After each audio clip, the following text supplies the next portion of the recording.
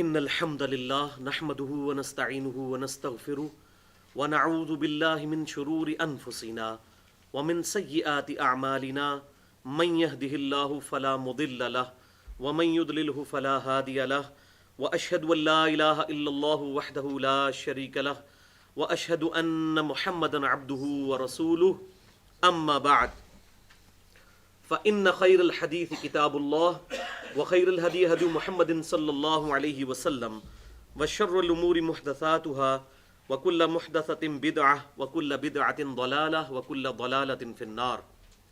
أعوذ بالله السميع العليم من الشيطان الرجيم من همزه ونفخه ونفثه. بسم الله الرحمن الرحيم.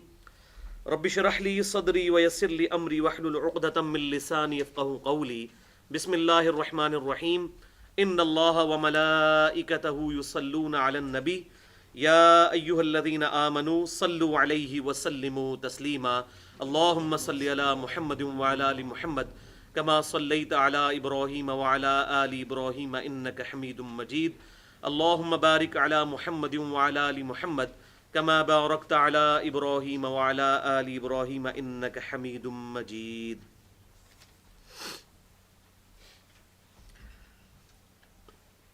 الحمدللہ آج 22 فروری 2014 کو ہفتے کے دن ہماری یہ قرآن کلاس نمبر 123 سورۃ الاعراف کے اس اہم مقام پر پہنچی ہے، یعنی سورۃ الاعراف آیت نمبر 200 سے لے کر 202 تک، کہ جس کے کانٹیکسٹ میں انشاءاللہ تعالی ہم ایک اہم ترین موضوع کو ڈسکس کریں گے، اور وہ موضوع ہے شیطانی وسوسے اور ان کا علاج. اور اس میں انشاءاللہ تعالی میری کوشش ہوگی کہ جو آج کل کے ماڈرن وسوسے خصوصاً ہمارے پڑھے لکھے طبقے کے اندر ایتھیسٹ منکرین خدا جو ہیں، دہریہ قسم کے لوگ وہ پھیلانے کی کوشش کر رہے ہیں، ان کو بھی ایڈریس کیا جائے. اور اس وقت دنیا میں لیڈنگ ایتھیسٹ جو ہے رچرڈ ڈانکنس، اس نے کتاب لکھی ہے دا گاڈ ڈیلوژن. ڈیلوژن کہتے ہیں فریب دیا گیا نظریہ. تو اس نے یہ دعویٰ کیا ہے کہ یہ کائنات کسی گاڈ نے بنائی، کسی الہ نے بنائی. یہ ایک فریب دیا گیا نظریہ ہے جو آباء و اجداد کی ریت سے چلتا آ رہا ہے. اور اس کا یہ دعویٰ ہے کہ جو شخص یہ کتاب ایک دفعہ پڑھ لے گا تو جب وہ کتاب اپنی دراز میں رکھے گا تو ساتھ اللہ کو بھی دراز میں رکھ دے گا، وَلِعَاذُ بِاللَّهِ تعالی. تو انشاءاللہ اس کے بھی وسوسے جو ہیں، اس کی طرف سے جو بہت بڑا ایک وسوسہ اٹھایا گیا کہ اگر یہ کائنات اللہ نے پیدا کی ہے تو اللہ کو پھر کس نے پیدا کیا ہے. اسی طریقے سے اور وسوسے بھی عوام میں پروپیگیٹ کیے گئے کہ کیا اللہ تعالیٰ اس بات پر قادر ہے کہ اپنے ساتھ کا کوئی اور الہ بنا لے، یا اللہ تعالیٰ اس بات پر قادر ہے کہ کوئی ایک ایسا پتھر بنائے جسے خود نہ اٹھا سکے. تو اس قسم کے جو سوالات ہیں ان کو کس طریقے سے ایڈریس کرنا ہے انشاءاللہ وہ بھی ہم اس ڈسکشن میں جو ہے اس کو ڈسکس کریں گے. بھائیو، اس طرح کے جو سوالات ہیں عموماً ہمارا جو پڑھا لکھا طبقہ ہے، جو ینگسٹرز ہیں، ان کے دلوں میں ایسے وسوسے آتے ہیں، اور یہ انسان کا ایک حق ہے کہ اس کے ذہن میں ایسی بات آتی ہے تو اس کا لاجیکل آنسر دیا جائے، کیونکہ قرآن پاک ہی وہ واحد کتاب ہے اس روئے ارض پر جو یہ کہتی ہے کہ بغیر دلیل کے کسی بات کو قبول نہ کیا جائے. وَلَا تَقْفُ مَا لَيْسَ لَكَ بِهِ عِلْمٌ إِنَّ السَّمْعَ وَالْبَصَرَ وَالْفُؤَادَ كُلُّ أُولَٰئِكَ كَانَ عَنْهُ مَسْئُولًا. اے انسان، کسی ایسی چیز کی پیروی اس وقت تک مت کر کہ جس کے بارے میں جب تک تجھے ڈیفینیٹ علم حاصل نہ ہو جائے. بے شک آنکھ، کان اور عقل، ان کے بارے میں پوچھا جائے گا کہ ان کو استعمال کر کے حق بات حاصل کرنے کی کوشش کیوں نہیں کی. لیکن ہمارے جب پڑھے لکھے لوگ علماء سے جا کر سوال کرتے ہیں تو علماء تو ان کو پہلے کہتے ہیں جی آپ کلمہ پڑھیں، آپ تو کافر ہو چکے ہیں. اور پھر علماء کی کیپیبلٹی بھی اتنی نہیں ہوتی کہ ان کے سوالات کو سمجھ کر ان کو جواب دے سکیں. یہ بہت بڑا المیہ ہے، الا ماشاء اللہ. بھائیو، ہماری یہ گفتگو ہماری ویب سائٹ ahlsunnatpak.com پر مسئلہ نمبر 83 کے نام سے اپلوڈ ہوگی، اور اس کا عنوان ہوگا مسئلہ نمبر 83، شیطانی وسوسوں کا علاج اور ہو کریٹڈ گاڈ، کس نے اللہ کو پیدا کیا. تو یہ ہمارا جو لیکچر ہے وہ ہمارا جو یوٹیوب کا چینل ہے 720085، اس کے علاوہ میرے نام کے اوپر بھی ایک چینل بنا ہوا ہے انجینئر محمد علی مرزا، اور tune.pk پہ بھی اب الحمدللہ ہمارے سارے لیکچرز اپلوڈ ہو چکے ہیں، انجینئر محمد علی مرزا tune.pk پہ بھی، کیونکہ پاکستان میں یہ پراکسی وغیرہ کا چکر تھا، یوٹیوب نہیں کھلتی تھی، تو tune.pk پہ بھی الحمدللہ ہم نے ایک اپنا چینل بنایا ہے. آج کے درس کے حوالے سے جس کے کوئی سوالات ہوں گے تو وہ لیکچر کے اینڈ پہ انشاءاللہ تعالی ہم ڈسکس کریں گے. لیکچر کے دوران کسی کو سوال کرنے کی اجازت نہیں ہوگی تاکہ ہماری گفتگو کا ڈیکورم ڈسٹرب نہ ہو. اور اس کے بعد بھی اگر کسی نے کوئی سوال کرنا ہو تو میرا ای میل ایڈریس ہے mirza_95@yahoo.com، اس پہ سوال کیا جا سکتا ہے. اب اللہ کا نام لے کر آج کی گفتگو شروع کرتے ہیں. آپ کو ایک ریفرنس پیج مل چکا ہے جس پہ سورۃ الاعراف کی آیت نمبر 200 سے لے کر 202 تک پرنٹ ہے، اور پھر 5 کراس ریفرنس کے طور پر بھی مختلف جگہ سے آیات درج کیے ہوئی ہیں. ہمارا آج کا لیکچر 3 حصوں پر مشتمل ہوگا. 2 حصے انشاءاللہ آج ڈسکس کریں گے اور تیسرا حصہ انشاءاللہ اگلی دفعہ. پہلا حصہ ہم قرآن پاک سے جو شیطانی وسوسے ہیں ان کے بارے میں، قرآن پاک کی تعلیمات کیا ہیں ان کو ڈسکس کریں گے، اور اسی کانٹیکسٹ میں یہ پیج آپ کے ہاتھوں میں ہے. اور پورشن نمبر 2 میں 17 صحیح الاسناد احادیث کی روشنی میں شیطانی وسوسوں کا علاج کیسے کیا جائے اس کو سمجھنے کی کوشش کریں گے. اور انشاءاللہ پورشن نمبر 3 میں ہم جو ماڈرن ایج کے وسوسے ہیں ان کو انشاءاللہ ڈسکس کریں گے اور دور کرنے کی اللہ کے فضل سے کوشش کریں گے. تو یہ پیج نکال لیجئے. اعوذ باللہ من الشیطان الرجیم، بسم اللہ الرحمن الرحیم. سورۃ الاعراف آیت نمبر 200 سے لے کر 202 تک.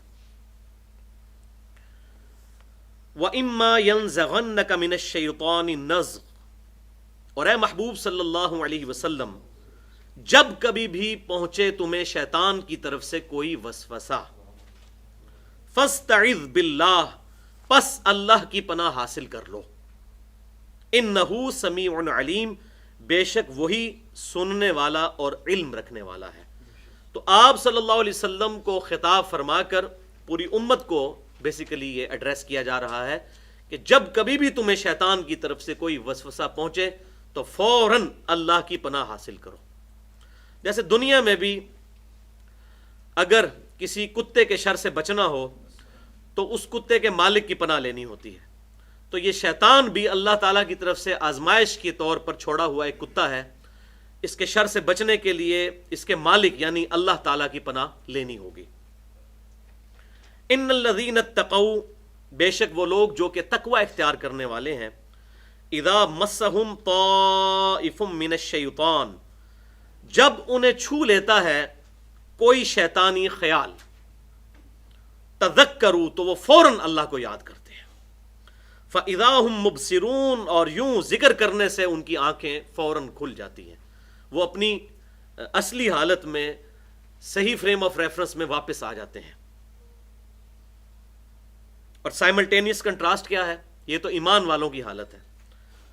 اور منافقین اور بےایمانوں کی کیا حالت ہے؟ وَإِخْوَانُهُمْ يَمُدُّونَهُمْ فِي الْغَيِّ، اور جو شیطانوں کے بھائی ہیں، شیطان ان کو گھسیٹ کر لے جاتے ہیں گمراہی کی طرف.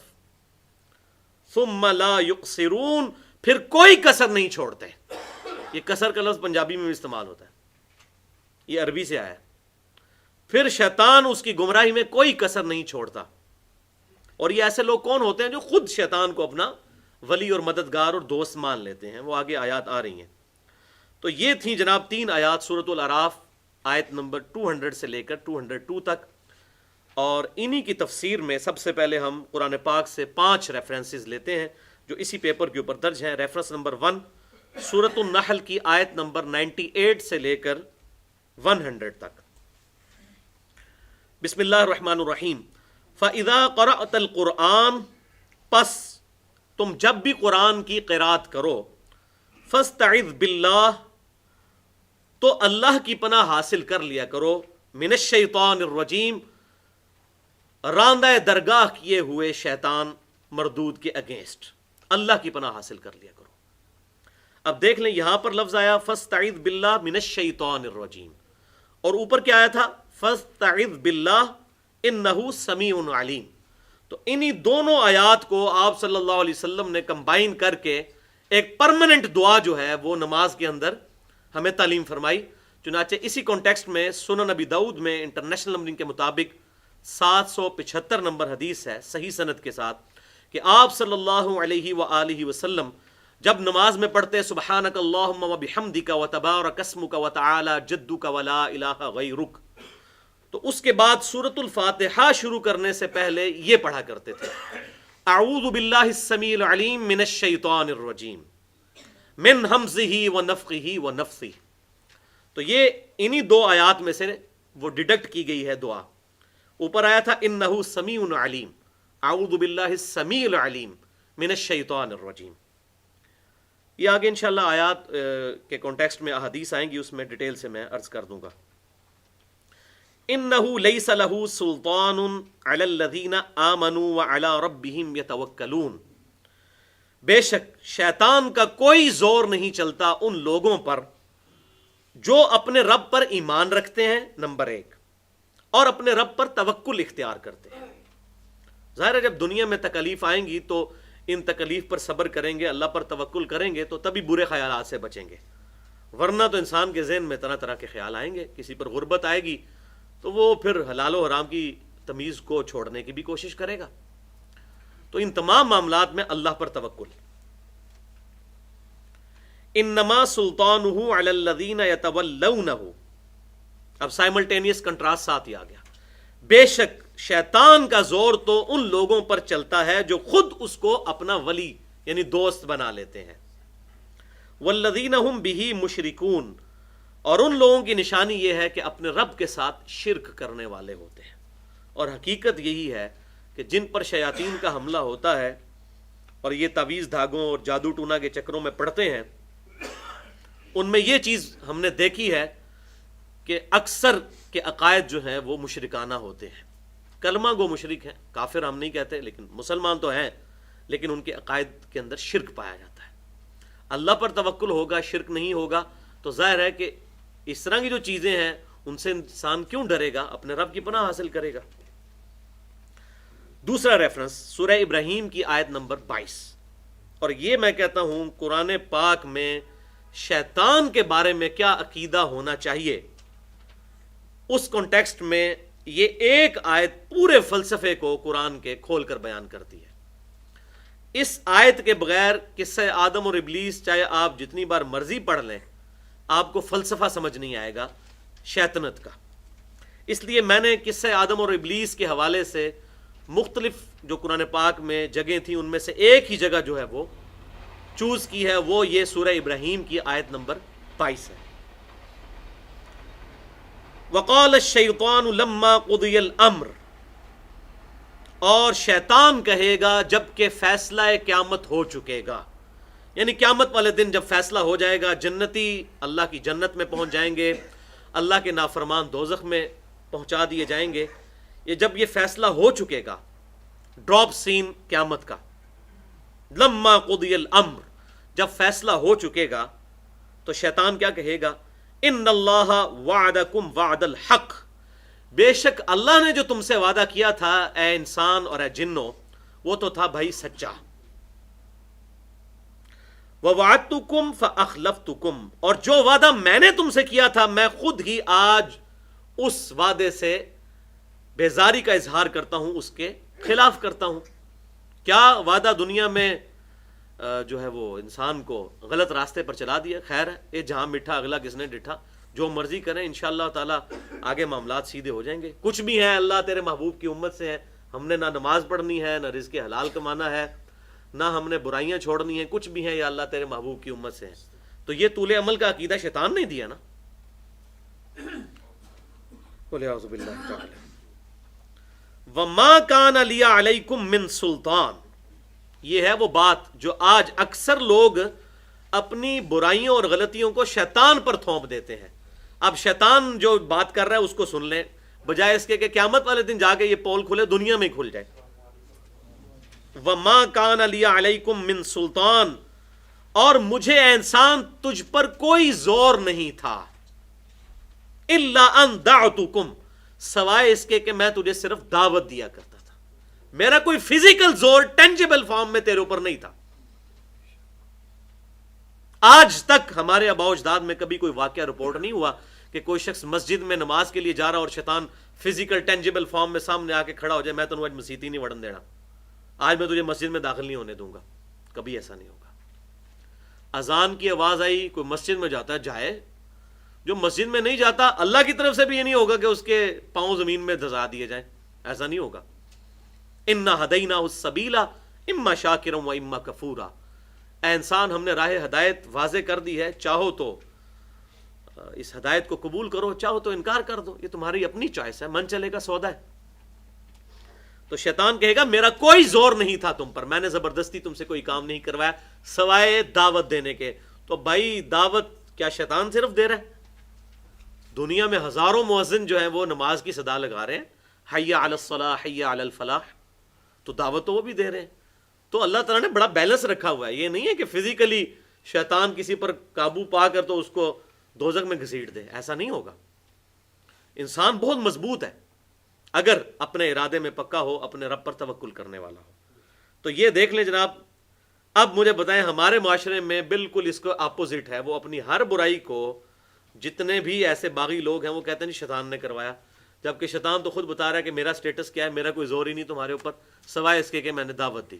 تو دعوت تو نیکی کی دعوت دینے والے الحمدللہ وہ بھی ہزاروں لاکھوں کی تعداد میں موجود ہیں دنیا کے اندر. تو وہ تو بیلنس ہے. الا ان دعوتکم، مگر یہ کہ میں نے تمہیں دعوت دی، فاستجبتم لی، اور تم نے میری دعوت قبول کر لی. مؤذن آواز دے رہا تھا آؤ فلاح کی طرف، تم نے اس کی آواز پر لبیک نہیں کہا، اور میری آواز جو ہے وہ فزیکل فارم میں سنائی بھی نہیں دے رہی تھی، صرف دل میں کھٹکا تھا، تو تم نے اس کو اڈاپٹ کر لیا. حالانکہ ڈومیننٹ چیز تو وہ ہے جو بندہ کان سے بھی سن رہا ہو، اس کی طرف تم نے توجہ نہیں دی. اب اگلا اب اس کی طرف سے دیکھیں فتویٰ کیا ہے. شیطان بھی فتویٰ دیتا ہے. یہ فتویٰ دیکھیں، فلا تلومونی ولوموا انفسکم، پس مجھے مت ملامت کرو، اپنے آپ کو ملامت کرو. یہ ملامت کا لفظ اردو میں بھی استعمال ہوتا ہے. فلا تلومونی، پس مجھے مت ملامت کرو، ولوموا انفسکم، اپنے آپ کو ملامت کرو. اللہ تعالیٰ نے کتابیں دنیا میں بھیج دیں، انبیاء اکرام علیہ السلام کا سلسلہ شروع کر دیا، نور علی نور. اس کے باوجود کوئی شخص خود آخرت کی ناکامی خرید لے تو اسے اپنے آپ کو ملامت کرنا چاہیے. شیطان کو کس بات کا ملامت؟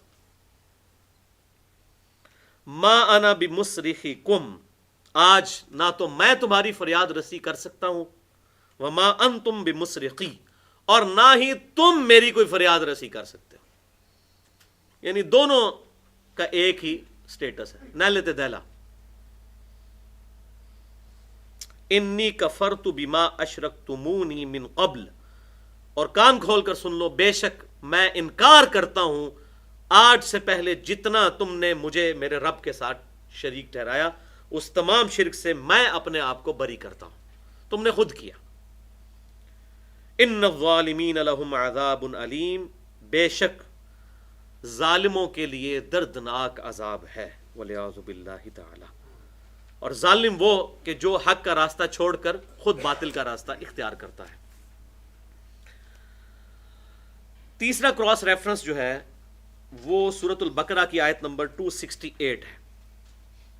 بھائیو، شیطان کے کانٹیکسٹ میں میں نے تقریباً 112 منٹ کی گفتگو کی ہے، جو ہماری ویب سائٹ اہل سنت پاک .com پر مسئلہ نمبر 79 کے نام سے اپلوڈ ہے، بڑی ڈیٹیل کے ساتھ. اور اس کا عنوان ہے اللہ، انسان اور شیطان.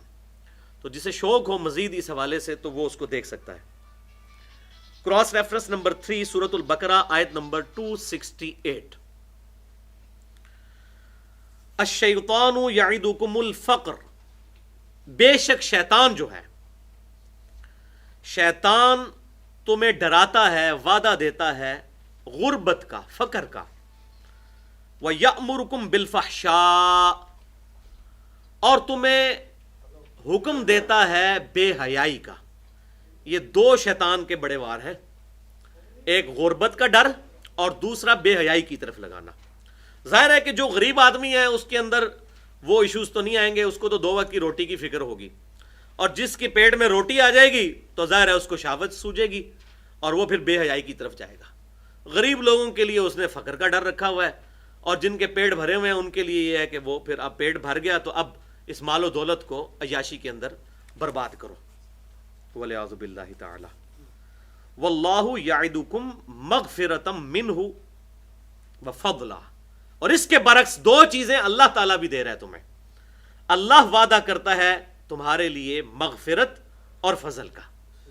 یعنی وہاں پر ہے غربت، کیا بنے گا، کیا ہوگا، اور دنیا کی خواہشات کیسے پوری کروں، اور خواہشات پوری ہو جائیں تو پھر بے حیائی کی جتنی ایکٹیویٹیز ہیں ان کو کس طرح میں سیلیبریٹ کروں. اور اس کے مقابلے پر اللہ تعالیٰ فرما رہا ہے کہ اللہ کی طرف آؤ، وہ تمہیں مغفرت کا کیا مطلب ہے؟ ہمیشہ کی جنت، ہمیشہ کی عیاشی، اور اس کا فضل، اس میں ہر طرح کی نعمتیں. واللہ واسع علیم. اور یہ بھی یاد رکھو کہ اللہ تعالیٰ وسعت والا اور علم والا ہے. جو اللہ کی وسعت ہے وہ کسی کے پاس نہیں ہے. ریفرنس نمبر 4 سورۃ النور کی آیت نمبر ہے 21. یا ایھا الذین آمنوا لا تتبعوا خطوات الشیطان. اے ایمان والو، شیطان کے راستوں کی پیروی مت کرو. یعنی جو راستہ بے حیائی کی طرف اور برائی کی طرف لے جاتا ہے وہ سارے کے سارے راستے جو ہیں وہ شیطان کے راستے ہیں. وَمَن يَتَّبِعْ خُطُوَاتِ الشَّيْطَانِ. اور جو کوئی پیروی کرے گا شیطان کے راستوں کی. یہ خط کا لفظ اردو میں بھی ہوتا ہے لکیر کھینچنے کو، شیطان کی لکیروں کی. تو اب وہ 2 کام کروائے گا شیطان اس سے. فَإِنَّهُ يَأْمُرُ بِالْفَحْشَاءِ. تو وہ شیطان جو ہے اسے حکم دے گا بے حیائی کا، والمنکر، اور ہر برے کام کا. آپ ذرا اندازہ کریں کہ یہ بے حیائی کتنا بڑا ایشو ہے کہ اللہ تعالیٰ باقی برائیوں کو جنرلائز ذکر کر رہا ہے، لیکن بے حیائی کو پرٹیکولر آپ دیکھ رہے ہیں اوپر سے مسلسل چل رہا ہے. بے حیائی، بے حیائی، بے حیائی. اور یہ حقیقت جس طرح آج کھل کر ہمارے سامنے آئی ہے، آج سے پہلے بھائیوں نہیں آئی تھی. والعیاذ باللہ تعالی. آج بے حیائی کے اتنے بڑے بڑے مواقع اتنی آسانی کے ساتھ اویلیبل ہیں انٹرنیٹ کے ذریعے. جو اس کا پازیٹو پہلو ہے وہ تو ضرور اڈاپٹ کرنا چاہیے. ہم ان فنیٹکس کی طرح نہیں ہیں جو کیٹاگوریکل ڈینائی کر دیں ان چیزوں کا. جو پازیٹو پہلو ہے، اس کا مثبت پہلو ہے، وہ تو بہت اچھا دعوت و تبلیغ کے حوالے سے. لیکن جو یوٹیوب کے ذریعے بے حیائی پر مبنی فلمیں، اسی طریقے سے فیس بک پر دوستیاں، اور پھر ایک اور بڑا یہ فتنہ جو ہے یہ موبائل فون. نہیں، پہلے تو اگر کسی نے اسی غلط قسم کا تعلق آپس میں قائم کرنا ہوتا تھا تو بڑی ہرڈلز ہوتی تھی، لیکن اب تو یہ ہے. اور اب یہ اپریل 2014 میں یہ کہہ رہے ہیں 3G یا 4G لانچ ہونے والا ہے، تو پھر تو یہ سارے معاملات اپنے ایپیکس کو پہنچ جائیں گے. ہم ان ٹیکنالوجیز کی مخالفت نہیں کرتے، ان ٹیکنالوجیز کو پازیٹیو کاموں کے لیے استعمال کرنا ہے. اب چھری جو ہے وہ بندے کو ذبح کرنے کے لیے بھی استعمال ہو سکتی ہے اور سبزی کاٹنے کے لیے بھی. اس کا استعمال برا ہوگا، اس برائی کو ہم برائی کہیں گے جو اس غلط استعمال کے ذریعے کی جائے گی. جو پازیٹیو استعمال ہوگا وہ تو میں یہ کہتا ہوں کہ سب سے بڑے میں مخالفت کرتا ہوں جو یوٹیوب پہ پابندی لگائی ہے انہوں نے، اور بیسیکلی یہ بد نیتی پہ مبنی ہے. کیونکہ یوٹیوب کی وجہ سے اب یہ ٹیکنالوجی ہمارے ملک کے اندر آ گئی ہے کہ پراکسی کے ذریعے وہ ویب سائٹس بھی جو پی ٹی اے نے، پاکستان ٹیلی کمیونیکیشن اتھارٹی نے بین کی ہوئی تھی، لوگوں کو پتہ ہی نہیں تھی، وہ سائٹس بھی اب کھل جاتی ہیں پورنوگرافی سے ریلیٹڈ. اور آپ کو پتہ ہے 2-3 سال پہلے پاکستان کا پہلا نمبر آیا ہے بے حیائی پر، جو سائٹ سب سے زیادہ دنیا میں کھولی جاتی ہیں. دوسرے نمبر پہ انڈیا اور باقی ملک. تو یہ کہہ رہے ہیں ہمارے اسلامی تشخص کو نقصان پہنچا ہے. بھائی تو اسلامی تشخص کا بیڑا غرق تو آپ خود کر رہے ہیں. ان کا اگر انالیسس سامنے آیا آپ کو تکلیف ہو گئی ہے. اپنی اولاد کو سمجھائیں. اور ماں باپ خوش ہوتے ہیں جی بچہ پورا دن کمپیوٹر پہ بیٹھا رہتا ہے، پتہ نہیں کی پڑھتا رہتا ہے. وہ یہ اس قسم کی بے حیائیوں کے اندر مبتلا ہوتا ہے. والعیاذ باللہ تعالی. اس حوالے سے ایک حدیث میں ضرور بیان کروں گا، صحیح بخاری اور صحیح مسلم کی متفق علیہ حدیث ہے. آپ صلی اللہ علیہ وسلم نے فرمایا بے شک دل بھی زنا کرتا ہے، آنکھیں بھی زنا کرتی ہیں، ہاتھ بھی زنا کرتے ہیں، پاؤں بھی زنا کرتے ہیں، اور شرمگاہ اس کی تصدیق کرتی ہے۔ یعنی دل کا زنا کیا ہے؟ جان بوجھ کر دل میں برے خیالات لانا۔ اسی طریقے سے ہاتھ، پاؤں، آنکھیں، ہر چیز، والعیاذ باللہ تعالی۔ پانچواں ریفرنس سورۃ المؤمنون کی آیت نمبر ہے 97۔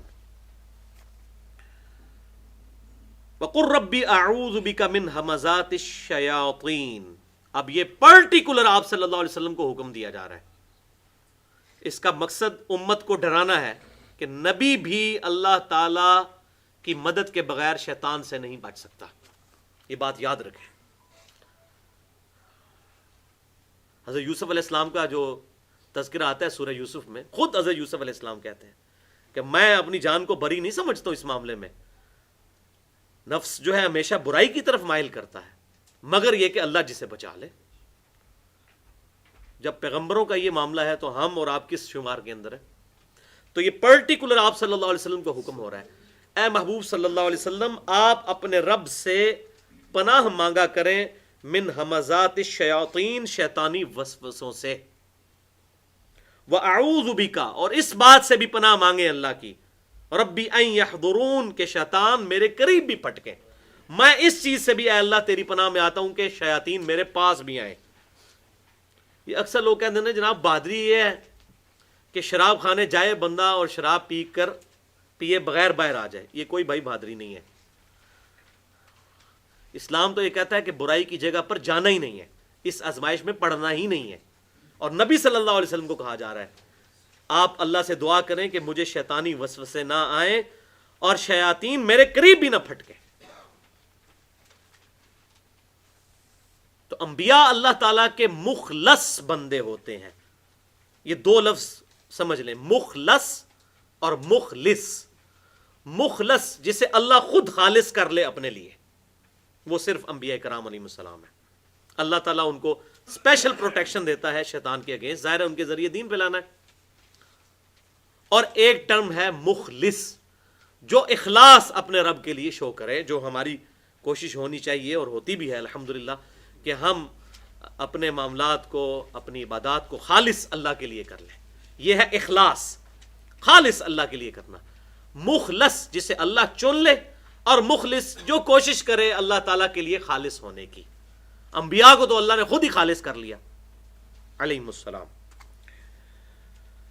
یہ بھائیو 5 کراس ریفرنسز ہو گئے اس حوالے سے۔ اب دیکھ لیں قرآن پاک اپنے عقائد اور نظریات میں بالکل واضح ہے۔ اب جس نے کتاب اللہ پڑھی نہیں ہے تو ظاہر ہے کہ وہ عقائد و نظریات اپنی مرضی سے بنائے گا، اور جس نے کتاب پڑھ لی تو وہی بات میں کروں گا، عقل نہ ہوئے تے موجیں ہی موجاں، تے عقل ہوئے تے سوچیں ہی سوچاں۔ جس نے عقل استعمال کرنی ہے تو اس کو تو بات پتہ چل جائے گی بھائی کتاب اللہ کے بغیر تو حق کا راستہ کوئی شخص حاصل کر ہی نہیں سکتا۔ تو یہ ہماری گفتگو الحمدللہ پہلا پورشن جو ہے اس حوالے سے کمپلیٹ ہوا۔ اب ہم پورشن نمبر 2 کی طرف آتے ہیں۔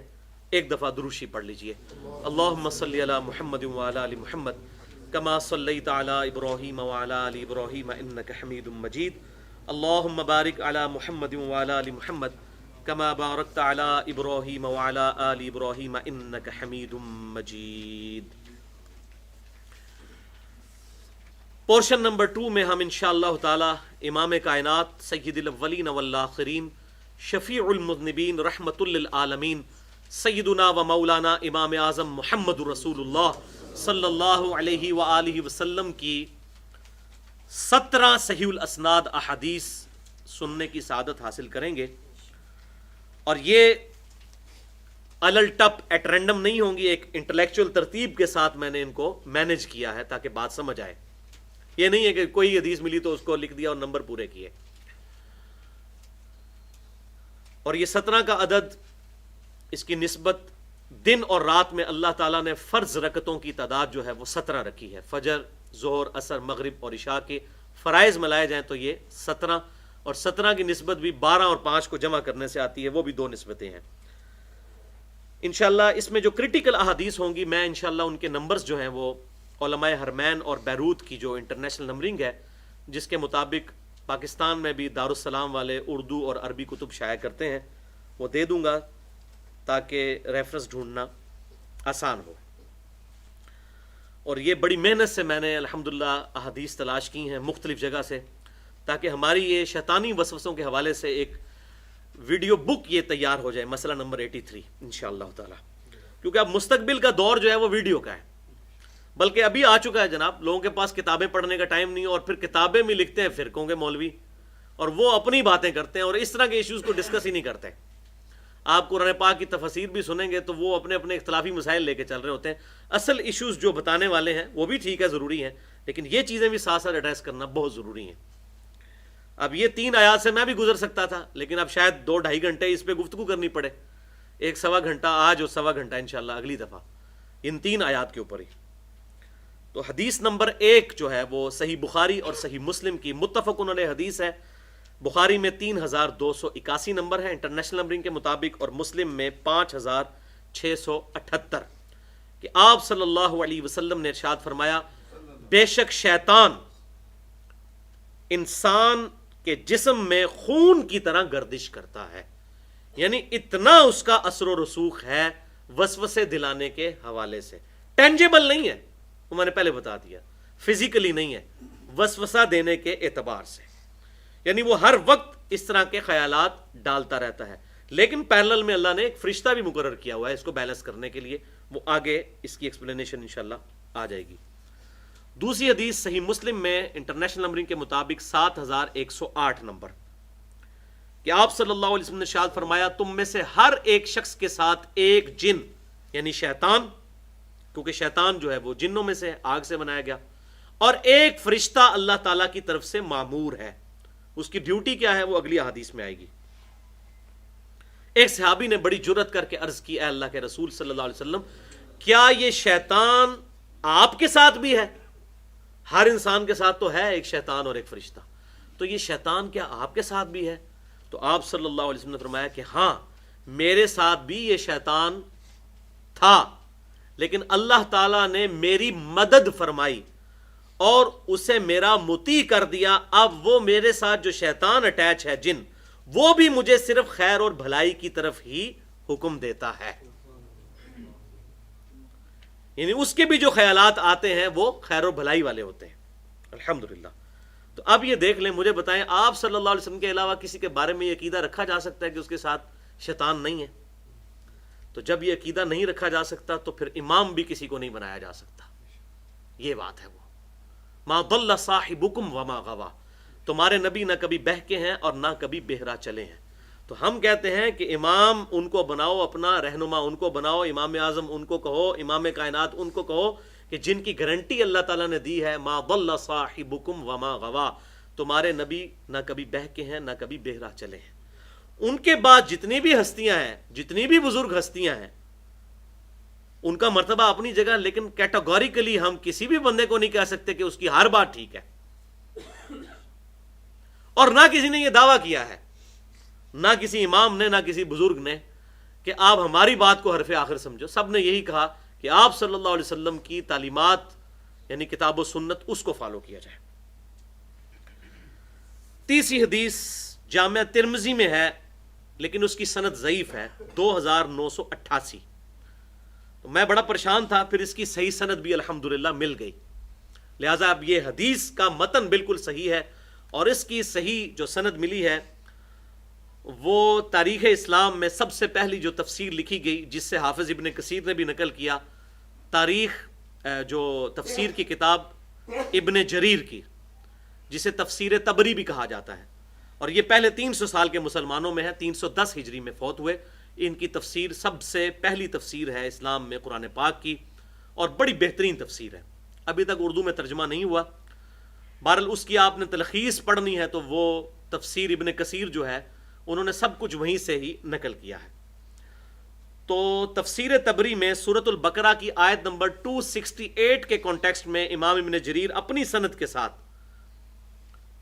یہ حدیث لے کر آئے ہیں، اور اس میں ان کا نمبر ہے حدیث کا 6171، 6171 تفسیر طبری میں، اور ترمذی میں 2988، لیکن وہ سند ضعیف ہے لیکن اس کا متن ٹھیک ہے کیونکہ میں نے اس کی صحیح سند بھی بتا دی. بڑے زبردست الفاظ ہیں.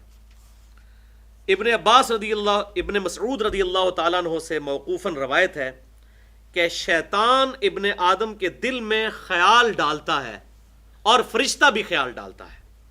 یہ ہے وہ جو میں نے کہا تھا نا صحیح مسلم کی حدیث کے حوالے سے کہ ایک جن اور ایک فرشتہ اٹیچ ہے. اس کا کام کیا ہے؟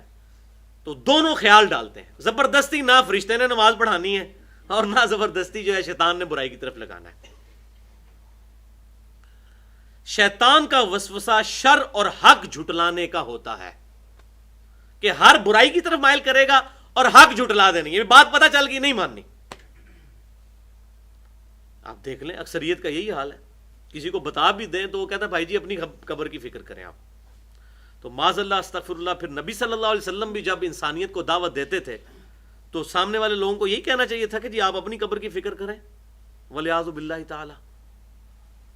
یہ بہت بڑا گستاخانہ جملہ ہے اگر کوئی شخص کسی کو اللہ کی طرف بلائے اور اس کو آگے سے اس طرح کا جواب دیا جائے. اور وہی بندہ اگر دنیا کے کسی فائدے کی بات کرے تو کہیں گے جناب بڑی مہربانی آپ نے بتا دیا. اور فرشتے کا خیال خیر اور تصدیق کے حق کا وعدہ ہے. یعنی فرشتہ ہمیشہ اچھائی کی طرف دعوت دیتا ہے, وہ خیال ڈالتا ہے دل میں.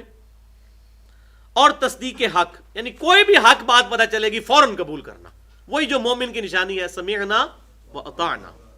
لہذا میں یہ کہتا ہوں کسی بندے کو اگر صحیح بخاری اور صحیح مسلم سے ایک دفعہ نماز کا چیپٹر کھول کے دکھا دیا کہ بھئی آپ صلی اللہ علیہ وسلم اس طریقے پہ نماز پڑھتے تھے, تو اگر اس کا دل واقعی مومنین والا ہے نا تو وہ تصدیق حق کرے گا اور اس پر عمل بھی کرے گا.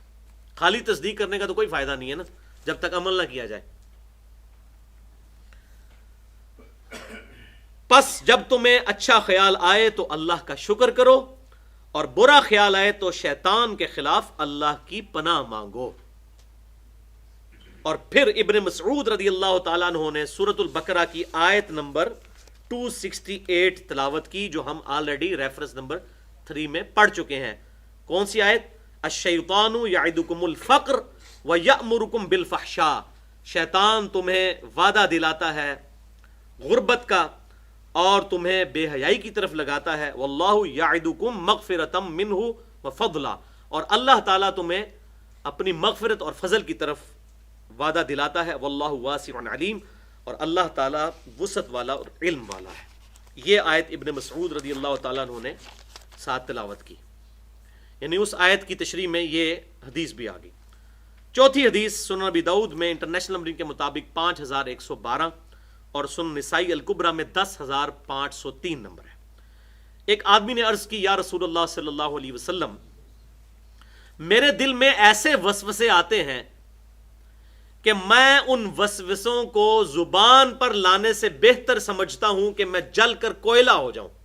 یعنی اتنے برے خیالات آتے ہیں کہ مجھے اگر آگ میں جلا دیا جائے تو وہ مجھے گوارا ہے, لیکن میں اس طرح کی بات اپنی زبان پر نہیں لانا چاہتا. تو آپ صلی اللہ علیہ وسلم نے فرمایا کہ اللہ کا شکر ہے جس نے ان تمام چیزوں کو وسوسوں میں بدل دیا اور حقیقت نہیں بنایا. یعنی تمہارے دل میں برا خیال آیا اور تم نے اس کو اڈاپٹ نہیں کیا, اس پہ اللہ کا شکر ادا کرو. اللہ اکبر کبیرہ. اور یہاں پر مجھے وہ حدیث یاد آ گئی صحیح بخاری اور مسلم کی متفق علیہ حدیث. آپ صلی اللہ علیہ وسلم نے ارشاد فرمایا اس شخص نے ایمان کی حلاوت چکھ لی, اس نے ایمان کی حلاوت چکھ لی, اس نے ایمان کی حلاوت چکھ لی, جس میں 3 نشانیاں ہیں. نمبر 1, اللہ اور اس کا رسول صلی اللہ علیہ وسلم اسے پوری دنیا میں سب سے بڑھ کر محبوب ہو جائیں. دوسری نشانی, دوستی اور دشمنی صرف اللہ کے لیے. اور تیسرا, کفر کی طرف لوٹنا اس کے لیے اتنا ہی مشکل ہو جائے جتنا زندہ آگ میں جلایا جانا. یعنی وہ آگ میں جلنے کے لیے تیار ہو جائے لیکن اپنا ایمان نہ چھوڑے. وہی بات جو اس نے کی کہ میں کوئلہ بن جانا گوارا کرتا ہوں لیکن وسوسہ اپنی زبان پر نہیں لاؤں گا. اور اس پہ انشاءاللہ پھر گرفت بھی نہیں ہوتی, وہ آگے حدیث بھی آ جائے گی. زبردست حدیث, موسٹ کریٹیکل حدیث, 5ویں حدیث صحیح مسلم میں انٹرنیشنل نمبرنگ کے مطابق 340 نمبر, کتاب الایمان میں امام مسلم لے کر آئے ہیں ایسے کہ آپ صلی اللہ علیہ وسلم سے چند صحابہ نے عرض کی کہ اے اللہ کے رسول صلی اللہ علیہ وسلم, ہمیں ایسے وسوسے آتے ہیں کہ ہمیں بڑا گراں گزرتا ہے کہ ہم ایسے وسوسوں کو اپنی زبان پر لے کر آئیں. اللہ کے بارے میں، رسول کے بارے میں، دین کے بارے میں خیالات آتے ہیں شیطان کی طرف سے. خیال آنا کوئی بری بات نہیں ہے، اس کی پیروی کرنا برا ہے. تو یا رسول اللہ صلی اللہ علیہ وسلم، ہم بڑا برا سمجھتے ہیں کہ آپ سے وہ خیال ڈسکس بھی کریں.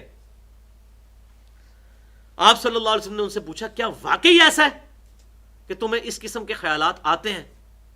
تو صحابہ نے کہا یا رسول اللہ صلی اللہ علیہ وسلم واقعی ایسا ہے. تو آپ صلی اللہ علیہ وسلم نے فرمایا ذا کا صریح الایمان، یہ تو عین ایمان کی علامت ہے. یعنی دل میں برے خیالات کا آنا ایمان کی علامت ہے. کیوں؟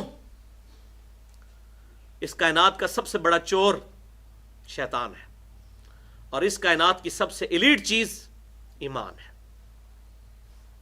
تو چور وہیں آئے گا جہاں پر ایمان کی دولت ہوگی. تو آپ صلی اللہ علیہ وسلم نے فرمایا ذا کا صریح الایمان، یہ تو عین ایمان کی علامت ہے خیالات کا آنا. ظاہر خیال اسی کو آئے گا جس نے اللہ کو سیریس لیا ہوا ہے. جس نے اللہ کو سیریس نہیں لیا اس کو خیال آئے گا بھی تو وہ اس کو کوئی امپورٹنس ہی نہیں دے گا. وہ کہے گا کہ میرا کیا لینا دینا. اور ٹینشن تو وہ لے گا جس کو خیال آئے گا، کہے گا پتہ نہیں میرا کیا بننا ہے. تو واقعی ایمان کی علامت ہے، یہ ہم خود بھی جج کر سکتے ہیں. اللہ اکبر. اب یہاں پر دو چار باتیں میں عرض کر دوں کہ یہ جو شیطان کے وسوسے ہیں یہ ہر ایج کے اعتبار سے اور ہر کیٹیگری کے اعتبار سے ڈیفرنٹ ہوتے ہیں. مطلب ایک ینگ آدمی جو ہے جس کو نئی نئی جوانی چڑھی ہے تو اس کے تو ایشوز ڈیفرنٹ ہیں، اس کو سیکس کے پوائنٹ آف ویو سے خیالات آئیں گے. جو ذرا مڈل ایج میں پہنچ گیا ہے وہ کمائی اور دولت اور سٹیٹس اس کے چکروں میں پڑے گا. جو اس سے بھی آگے پہنچ چکا ہے تو وہ سیاسی لیڈر بننے کی کوشش کرے گا اور اپنی ڈومیننسی کرنے کی کوشش کرے گا. تو ہر ایج میں یہ ڈفرنٹ وسوسے ڈفرنٹ لوگوں کو آتے ہیں. علماء کو ڈفرنٹ آئیں گے، سیاستدانوں کو ڈفرنٹ آئیں گے. ایج کے اعتبار سے بھی اور اپنے شعبے کے اعتبار سے بھی ہر ایک کے وسوسے بالکل ڈفرنٹ ہوتے ہیں. تو انسان کو خود سوچنا چاہیے اس معاملے میں کہ یہ میرے اوپر کوئی شیطانی وسوسہ تو نہیں. اور اس میں ایک حدیث میں سمجھتا ہوں وہ ایک مرکزی حدیث ہے صحیح مسلم کی، جو میں اکثر بیان کرتا ہوں کہ آپ صلی اللہ علیہ وسلم نے ارشاد فرمایا، صحیح مسلم میں حدیث ہے، گناہ وہ جو تیرے دل میں کھٹکے اور تو اس بات سے آر محسوس کرے کہ تیری اس بات پر، تیرے اس گناہ پر کوئی مطلع ہو جائے. یہ دیکھ لیں، ایک جوامع کلمات کے ذریعے ساری باتیں سمیٹ دی گئیں. جو کہتے ہیں یہ سانو تو پتہ ہی نہیں ہے غلط ہے کہ صحیح ہے. بھائی یہاں پہ مفتی اندر اللہ نے بٹھایا ہوا ہے. ہماری انسٹنکٹ میں اچھائی اور برائی کی تمیز ہے. ہر انسان کو بغیر نبی کے وحی کے بھی یہ بات پتا ہے کہ جھوٹ بولنا برا ہے اور سچ بولنا اچھا ہے. کسی کو دھوکہ دینا برا ہے، کسی کے ساتھ خیر خواہی کرنا اچھا ہے. اور میں کہتا ہوں ہالی ووڈ کی فلم کے اینڈ پہ بھی ہمیشہ سچ کی جیت دکھائی جاتی ہے. آج تک کبھی کوئی فلم نہیں بنی جس کے اندر جو ہے وہ ہیرو جو ہے اس کو کوئی کرپٹ پرسنالٹی بتایا جائے، اس کو بتایا جاتا ہے ایماندار، لوگوں کا خیر خواہ. یہ ہماری انسٹنکٹ میں ہے، اچھائی سے محبت. اسی کی وجہ سے ہم اکاؤنٹیبل ہیں، اگر وہی کا پیغام نہ بھی پہنچے تب بھی. تو یہ ہماری انسٹنکٹ کے اندر. تو صحیح مسلم کی وہ حدیث، گناہ وہ جو تیرے دل میں کھٹکے اور تو اس بات سے آر محسوس کرے کہ لوگ اس پر مطلع ہوں. جب آپ کو پتہ چلے کہ یہ میں جو کچھ کرنے جا رہا ہوں یہ لوگوں کو پتہ چل گیا تو لوگ کیا سوچیں گے، تو سمجھ لیں کہ یہ غلط کام ہے. اچھائی کے بارے میں تو لوگ بڑھ چڑھ کر بیان کرتے ہیں، برائی ہے جو دل میں کھٹکے. تو آپ صلی اللہ علیہ وسلم کا کتنا زبردست یہ انٹلیکچوئل الحمدللہ جملہ ہے، گناہ وہ جو تیرے دل میں کھٹکے اور تو اس بات سے آر محسوس کرے کہ لوگ اس پر مطلع ہوں. اور اسی حوالے سے ایک آیت بھی ہے، فَأَلْهَمَهَا فُجُورَهَا وَتَقْوَاهَا. اللہ تعالیٰ فرماتا ہے ہر انسان میں ہم نے برائی اور اچھائی کی تمیز کا مادہ جو ہے ودیت کر دیا ہوا ہے، ہر انسان میں. تو میں بتا رہا تھا کہ ہر دور کا وسوسہ ڈیفرنٹ اور ہر کیٹیگری کے لوگوں کے وسوسے ڈیفرنٹ. اب ان پہ بھی ڈسکشن کی جائے تو گھنٹوں چاہیے، لیکن ایک حدیث میں ضرور بیان کروں گا صحیح مسلم کی، انٹرنیشنل نمبرنگ کے مطابق 7106 نمبر حدیث، صحیح مسلم 7106. اور یہ میں سمجھتا ہوں چونکہ ہمارے تمدن کی بنیاد ہی میاں بیوی کے ریلیشن شپ پر ہے اور قرآن پاک کا ایک اچھا خاصا حصہ اسی کو ایڈریس کرتا ہے، اسی کانٹیکسٹ میں صحیح مسلم 7106 نمبر حدیث کہ آپ صلی اللہ علیہ وسلم نے فرمایا کہ شیطان کا تخت پانی پر لگا ہوا ہے. جو آج ماڈرن ڈے اسکالرس جو ہیں وہ کہتے ہیں کہ شاید یہ برمودا ٹرائنگل جو ہے شاید یہیں پر شیطان کا تخت لگا ہوا ہے, جہاں پر جو بھی چیز جاتی ہے وہ غائب ہو جاتی ہے. واللہ عالم, ہو بھی سکتا ہے. شیطان کا تخت پانیوں پر لگا ہوا ہے اور وہاں سے وہ اپنے چیلوں کو, ظاہر اس کی بھی ذریت ہے اور اس کے بھی سارے شاگرد ہیں, وہ پوری دنیا کے اندر وسوسے ڈالنے کے لیے ان کو بھیجتا ہے. پرٹیکولر ایک تو وہ شیطان ہے جو ہر وقت ہر ایک شیطان کا ایک ایک بچہ ہر ایک کے ساتھ میرے سمیت لگا ہوا ہے, ایک بڑا شیطان, اور پھر اس نے اسپیشل ڈیوٹی پہ بھی شیطان رکھے ہوئے ہیں. تو وہ وسوسے ڈالنے کے لیے مختلف اعتبار سے اپنے شتونگڑے جو ہیں ان کو بھیجتا ہے وہ, اور وہ آ کر روزانہ اسے رپورٹ کرتے ہیں کہ ہم نے آج یہ کیا, یہ کیا, یہ کیا, اور وہ سب کی ایکٹیویٹیز کو ہلکا جانتا ہے. تو ایک شیطان کا چیلا آ کر کہتا ہے کہ آج میں نے ایک میاں بیوی کے درمیان جدائی ڈلوا دی ہے. ایسا میں ان کے پیچھے پڑا کہ میاں بیوی کے درمیان جدائی ڈال دی. تو شیطان کہتا ہے اصل کارنامہ تو تو نے کیا ہے. اور راوی کہتے ہیں کہ غالباً اس کے ساتھ یہ الفاظ بھی تھے آپ صلی اللہ علیہ وسلم کے کہ شیطان پھر اسے گلے لگاتا ہے جب بھی پا کے ملتا ہے انہوں کہ پتر تو کام صحیح کیتا ہے, اس سے معانقہ کرتا ہے. کیوں؟ معاشرے کی بنیاد ہی میاں بیوی کے ریلیشن شپ کے اوپر ہے. خاندان ہے ہی اس کا نام ہے, باقی سارے جتنے رشتے ہیں وہ ریلیٹو ہیں. ایک میاں بیوی اور ان کے بچے یہ ایک خاندان کو وجود دیتے ہیں, اور اگر میاں بیوی کا ریلیشن شپ ڈسٹرب ہو جائے تو اولاد کا کیا بنے گا؟ تو معاشرے کے لیے ناسور بنے گی کہ نہیں؟ اور یہ تعلقات خراب ہونے کی وجہ سے مرد بھی بے حیائی میں مبتلا ہو سکتا ہے اور عورت بھی بے حیائی کی طرف جا سکتی ہے, اور معاشرے میں بے حیائی کے حوالے سے انارکی پھیلے گی کہ نہیں؟ لہٰذا اللہ تعالیٰ نے یہ ایسا مضبوط ریلیشن شپ بنایا ہے میاں بیوی کا کہ جس کی وجہ سے دونوں آپس میں اچھا وقت گزار کر اپنی اخلاقی اقدار کی حفاظت کرتے ہیں اور اپنی آخرت کی حفاظت کرتے ہیں.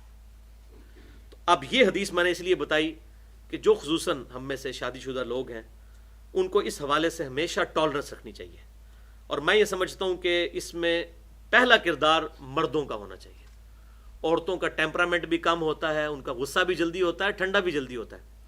مرد کو ہی اسی لیے اختیار دیا گیا طلاق کا, عورت کو نہیں دیا گیا, ورنہ تو روزانہ 10 دفعہ طلاق ہو جاتی. مرد کو جب دیا گیا تو شیر بنے نا, پھر مرد برداشت بھی کرنا سیکھے.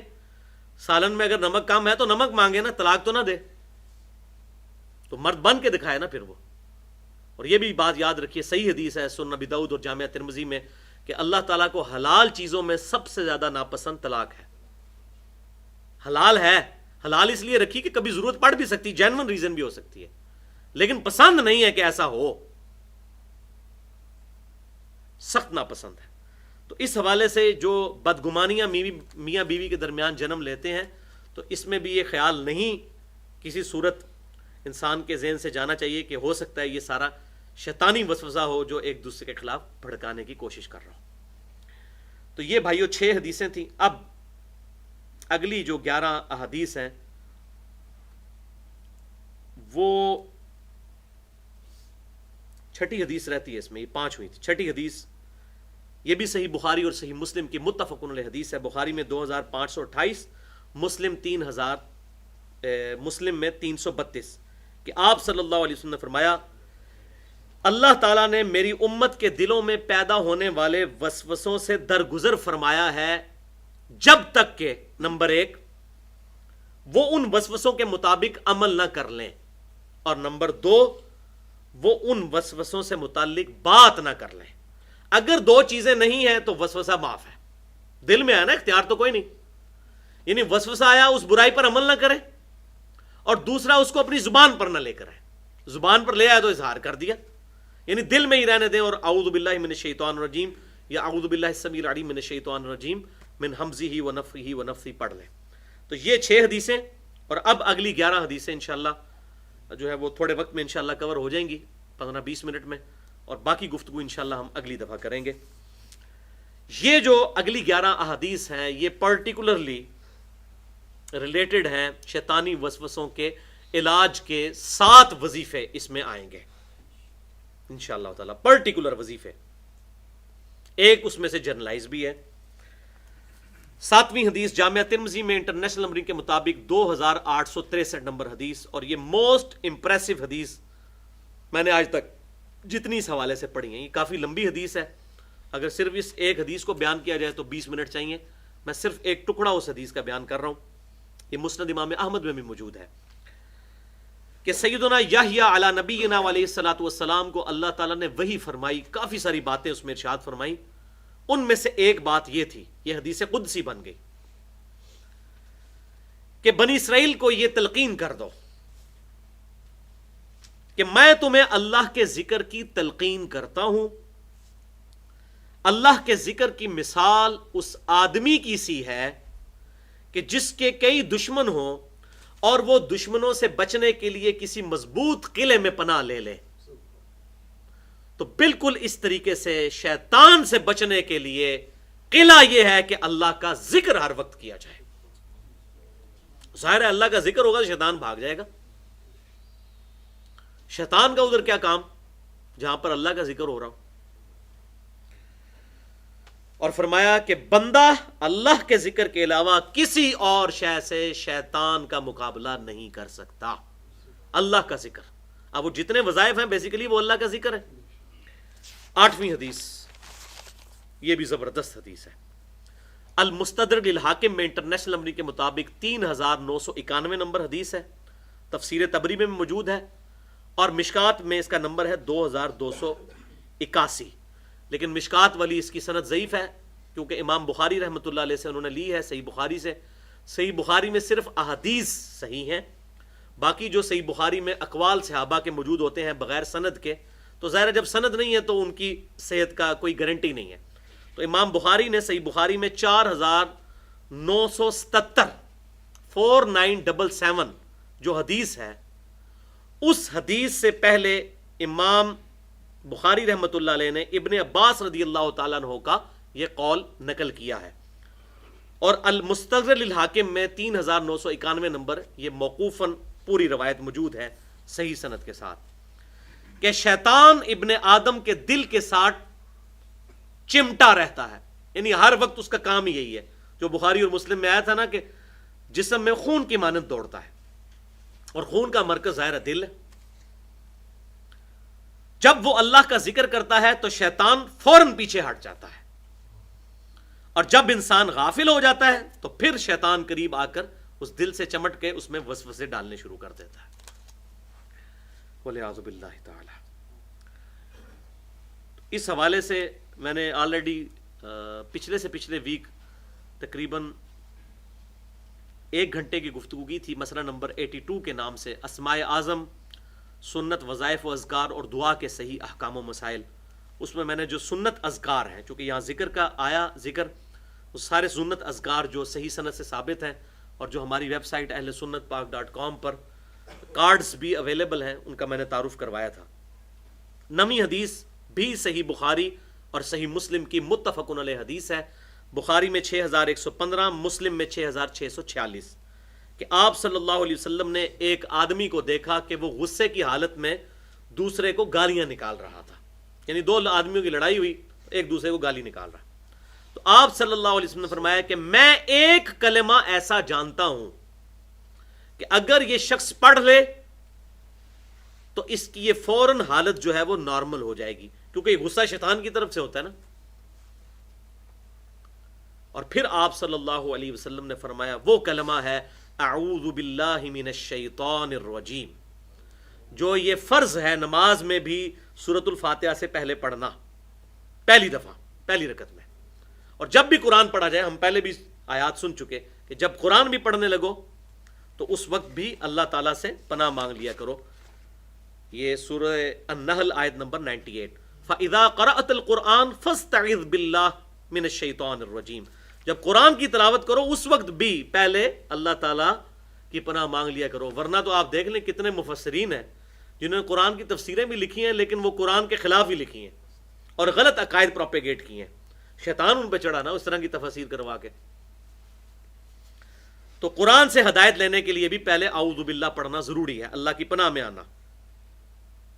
تو یہ پہلا وظیفہ ہو گیا اعوذ باللہ من الشیطان الرجیم، اعوذ باللہ میں پناہ مانگتا ہوں اللہ کی، من الشیطان الرجیم راندہ درگاہ کیے ہوئے شیطان سے، اس کے اگینسٹ اللہ کی پناہ مانگتا ہوں۔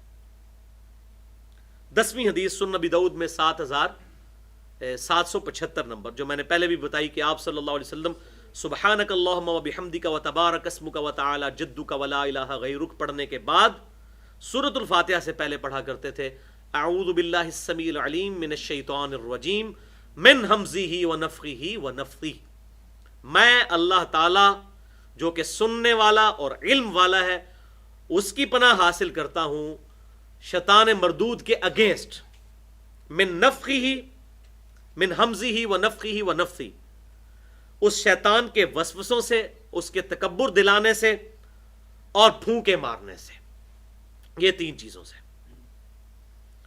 11ویں حدیث صحیح مسلم میں 850 نمبر کہ آپ صلی اللہ علیہ وسلم اذان کا جواب جو تعلیم فرمایا کرتے تھے تو فرمایا کرتے تھے کہ حی علی الصلاح حی علی الفلاح، جب مؤذن کہے، اچھا باقی کلمات میں کہا کہ وہی کہو جو مؤذن کہتا ہے، لیکن ان کلمات پہ کہا کہ کہنا ہے لا حول ولا قوت الا باللہ، نہیں ہے طاقت نیکی کرنے کی اور نہ ہمت ہے گناہ سے بچنے کی مگر اس اللہ کی توفیق سے، یعنی آپ نے اپنے آپ کو اپنے رب کے سپرد کر دیا۔ تو اب چونکہ نماز کی طرف جانا تھا اور شیطان سب سے بڑی ہرڈل، حی علی الصلاح آؤ نماز کی طرف، حی علی الفلاح آؤ فلاح کی طرف، نماز سے بڑی تو کوئی فلاح نہیں ہے، تو کہا گیا کہو لا حول ولا قوت الا باللہ، نہیں ہے ہمت گناہ سے بچنے کی اور نہ ہے طاقت نیکی کرنے کی مگر اس اللہ کی توفیق سے۔ اور بخاری اور مسلم کی متفق علیہ حدیث ہے، آپ صلی اللہ علیہ وسلم نے ارشاد فرمایا کہ جنت کے خزانوں میں سے ایک خزانہ ہے لا حول ولا قوت الا باللہ، یہ اسماء اعظم میں سے ایک ہے۔ میں نے اسماء اعظم والا جو لیکچر ہے مسئلہ 82 اس میں بتایا تھا، یہ اسم اعظم ہے لا حول ولا قوت الا باللہ۔ بلکہ آپ صلی اللہ علیہ وسلم کے بارے میں صحیح بخاری میں آتا ہے، آپ جب بھی رات کو آنکھ کھلتی تھی تو آپ صلی اللہ علیہ وسلم اس وقت جو دعا تو پڑھتے تھے الحمدللہ الذی احیانا بعد ما اماتنا والیہ النشور، تو ساتھ آپ یہ بھی پڑھتے تھے پھر لا الہ الا اللہ وحدہ لا شریک لہ لہ الملک ولہ الحمد وہو علی کل شیء قدیر سبحان اللہ والحمد للہ ولا الہ الا اللہ واللہ اکبر ولا حول ولا قوت الا باللہ العلی العظیم۔ اور پھر اس کے بعد پڑھتے تھے رب اغفر لی رب اغفر لی، اے رب میری مغفرت فرما، اے رب میری مغفرت فرما۔ تو اس میں بھی یہ وظیفہ ہے۔ 12ویں حدیث صحیح بخاری اور صحیح مسلم کی متفق علیہ حدیث ہے، یہ بھی کہ آپ صلی اللہ علیہ وسلم نے ارشاد فرمایا کہ اذان کی آواز سن کر شیطان جو ہے وہ بھاگ جاتا ہے وہاں سے، اذان کی آواز سن کر، حتیٰ کہ اس کی ہوا خارج ہو جاتی ہے اور وہ اتنی دور بھاگ جاتا ہے جتنا کہ مقام روحہ ہے، یعنی مدینہ شریف میں بیٹھ کر آپ صلی اللہ علیہ وسلم نے ارشاد فرمائی جتنا مقام روحہ ہے۔ اور صحیح مسلم میں الفاظ موجود ہے کہ مقام روحہ جو ہے وہ مدینہ شریف سے 36 میل تھا، یہ عربی میل ہے، ایک میل وہ ہیں جو اس وقت مائلز فٹ پاؤنڈ سسٹم میں ہے، یہ مائل کا لفظ بھی اسی میل سے ڈیڈکٹ کیا گیا کیونکہ اس وقت مسلمانوں کی حکومت تھی تو عربی سے انگلش میں الفاظ گئے، جیسے کینڈل لفظ ہے، کینڈل موم بتی کو عربی میں قندیل کہتے ہیں، تو اس سے یہ اس میں آ گیا۔ تو اب چونکہ ان کی ڈومیننسی ہے تو اب انگریزی کے الفاظ ہماری اردو میں آ چکے ہیں، گلاس، اب گلاس تو انگلش کا لفظ ہے، تو اس طریقے سے کتنے الفاظ آ چکے ہیں۔ بہرحال تو یہ عربی میل ہے، عربی میل جو ہے وہ فٹ پاؤنڈ سسٹم کا جو میل ہے وہ تو 1.6 کلومیٹر ہوتا ہے، تو یہ عربی میل جو ہے یہ 1.8 کلومیٹر ہوتا ہے، یعنی 1800 میٹر، یہ اس سے بڑا ہوتا ہے عربی میل۔ تو یہ تقریباً 65 کلومیٹر بنتے ہیں، یعنی 36 میل کے اگر عربی کے حوالے سے جو 36 میل ہیں ان کے کلومیٹرز بنائے جائیں تو 65 کلومیٹر دور بھاگ جاتا ہے شیطان اذان کی آواز سن کر۔ اور پھر اسی الفاظ ہیں اسی حدیث میں بخاری اور مسلم کے کہ پھر جب اذان ہو جاتی ہے پھر شیطان آ جاتا ہے، پھر جب اقامت ہوتی ہے تو پھر بھاگ جاتا ہے، کیونکہ اقامت بھی اذان کی فارم ہے، اور جب اقامت ختم ہوتی ہے پھر شیطان آتا ہے پاس تمہارے اور پھر تمہارے دل میں وسوسے ڈالنا شروع کر دیتا ہے اور تمہیں وہ تمام باتیں یاد کروانا شروع کر دیتا ہے جو تم بھول چکے ہوتے ہو۔ اور بالکل ایسا ہی ہوتا ہے، ایسا مغالطہ ڈالتا ہے کہ تمہیں وہ تمام باتیں یاد کروا دیتا ہے جو تم بھول چکے ہوتے ہو، اور حتیٰ کہ پھر تمہیں رکعتیں تک بھلا دیتا ہے، تمہیں یہ بھی یاد نہیں رہتا کہ میں کون سی رکعت میں ہوں. یہاں تک بھی بعض لوگوں پر والعیاذ باللہ تعالی شیطان کا وسوسہ عمل کرتا ہے. 13ویں حدیث صحیح بخاری اور صحیح مسلم کی، یہ بھی متفق علیہ حدیث ہے. اب دیکھ لیں میجارٹی حدیثیں بخاری اور مسلم کی متفق علیہ حدیث، کہ آپ صلی اللہ علیہ وسلم نے ارشاد فرمایا شیطان نماز میں تمہیں مغالطے ڈالتا ہے یہاں تک کہ تم میں سے کوئی شخص ایسی حالت میں پہنچ جاتا ہے کہ اسے نماز کی رکعتیں بھول جاتی ہیں.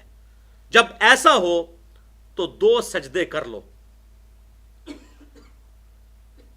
اور مسلم شریف میں انٹرنیشنل نمبرنگ کے مطابق 1272 نمبر حدیث میں الفاظ آگے یہ ہیں کہ جب تمہیں نماز کی رکعتوں میں شک پڑے تو یقین کی طرف جاؤ. اور امپلائڈ ہے یقین یہ ہے کہ کم کی طرف جاؤ. 3 اور 4 میں شک پڑا ہے تو یہ سمجھو میں نے 3 پڑھی، تو وہ تو یقین ہوگا نا کہ ہاں میں نے 3 پڑھی ہیں، کیونکہ اگلے الفاظ بھی اس کو سپورٹ کر رہے ہیں. اور سلام سے پہلے 2 سجدے کر لو. یعنی سلام جب پوری تشہد پڑھ لی تو سلام پھیرنے سے پہلے 2 سجدے کیے اور پھر دونوں طرف سلام پھیر دیا. 2 سجدے کر لو.